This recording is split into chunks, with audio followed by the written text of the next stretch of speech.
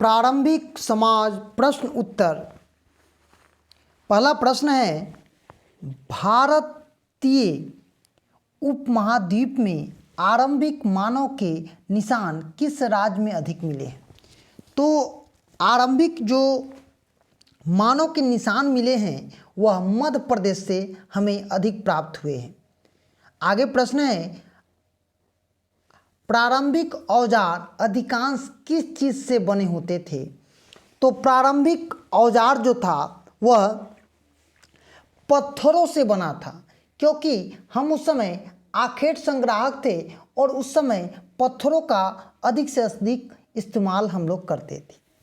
आगे है, आरंभिक मानव वस्तियों से जुड़ा पैसरा नामक स्थान बिहार के किस जिले में अवस्थित है?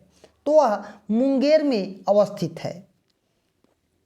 आगे प्रश्न है, पाषाण काल को कितने भागों में बांटा जाता है? तो मुख्यतः इसे 3 भागों में बांटा जाता है। यह है पूर्व, मध्य और नव। तो ये नव पाषाण काल, मध्य पाषाण काल और पूर्व पाषाण काल। आगे है, खाली स्थानों को भरे। पहला प्रश्न है, भीमवेद का डैश राज्य में है? तो यह मध्य प्रदेश राज्य में अवस्थित है। दूसरा प्रश्न है, आरंभिक मानव का मुख्य बसेरा डैश था? तो आरंभिक मानव जो था उसे ज्ञान कम था, तो वह क्या करता था? पत्थरों के कंदराओं में, गुफाओं में रहता था। तो यहाँ पर उत्तर होगा गुफाओं। तीसरा प्रश्न है, पाषाण काल के लोग मनोरंजन के लिए चित्र और डैश करते थे?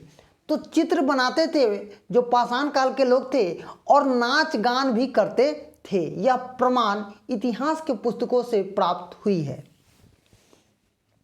चौथा प्रश्न है, डैश साल पहले दुनिया की जलवायु गर्म होने लगी? तो वह 14,000 साल पहले क्या हुआ? गर्मी बढ़ गया था और यह गर्म होने लगा था।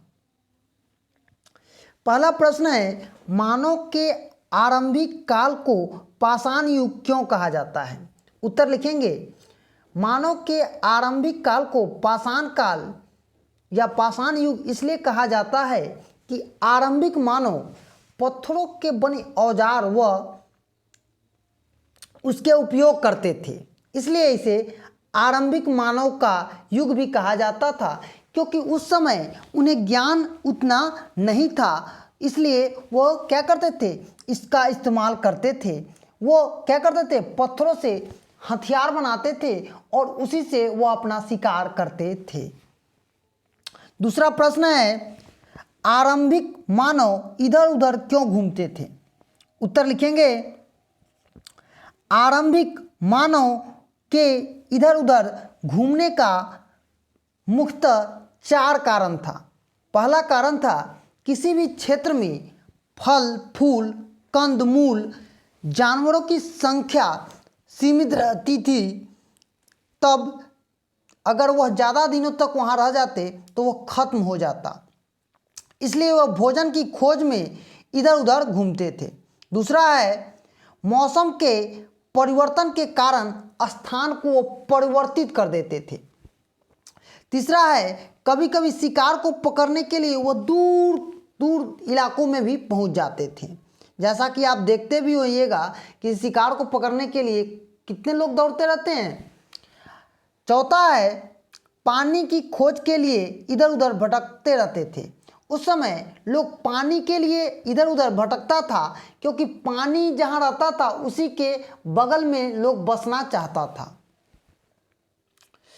तीसरा प्रश्न है, मध्य पाषाण काल में क्या बदलाव आए? तो उत्तर लिखेंगे, मध्य पाषाण काल में पर्यावरणीय बदलाव आया। मतलब पर्यावरण क्या हुआ? बदल गया और गर्मी बढ़ने लगी, जिसके कारण गेहूं, जौ, महुआ जैसे अनाज स्वयं उग गए तथा कई क्षेत्रों में घास वाले मैदान बनने लगे। घास पर आश्रित जानवरों की संख्या इस वजह से बढ़ने लगी। इस समय लोगों द्वारा पत्थरों और अच्छे औजार बनाने जाने लगे, जिसे लकड़ियों पर लगातार इस्तेमाल किया जाने लगा। मध्य पाषाण काल में यही सब बदलाव आए और उस समय बहुत सारे बदलाव आने का यह मुख्य कारण था, क्योंकि यह मध्य पाषाण काल में एक बदलाव के साथ आया। तो आज हम लोग प्रारंभिक समाज प्रश्न उत्तर, जो कि बिहार बोर्ड के बच्चों के लिए महत्वपूर्ण होगा, इसको किए हैं।